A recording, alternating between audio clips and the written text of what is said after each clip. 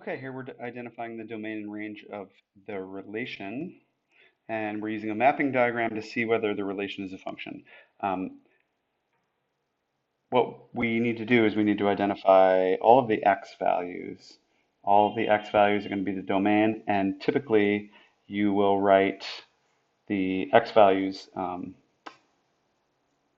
you're going to write them in order from least to greatest, the domain and range. So we typically write this kind of thing that you can see that's there for a set. This is set notation that we didn't cover this, but that's what we'll do. So we'll say 1, 5, 6, and 7. Those are all the different x values there, and there, put in order from least to greatest.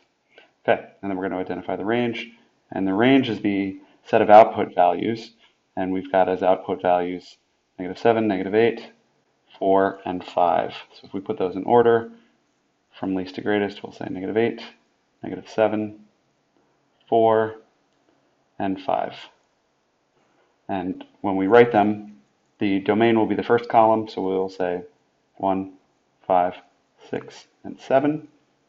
The range is the output values, the y typically -8, -7, 4, and 5.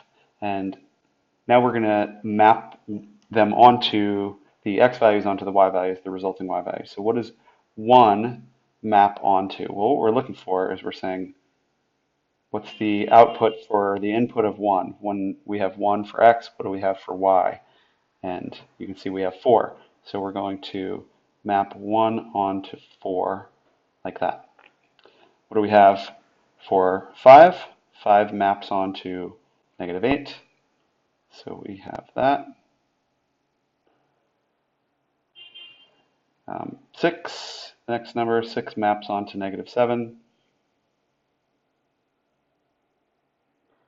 And what does 7 map to? 7 maps to 5. And it's kind of rough and sloppy, but you get the idea.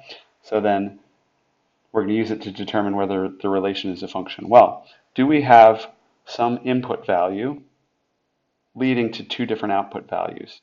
Some single number over here leading to two different things on the other side. So if we had an arrow coming from 1, let's say, to 4, and another arrow coming from 1 to -8, that would say then this one input value is resulting in two output values, and it wouldn't be a function. But we're good right now. We see just one arrow coming off of each of the inputs to an output, and so there's no conflict here. There's no two output values coming from the same input, so we can then say yes, function. We're done.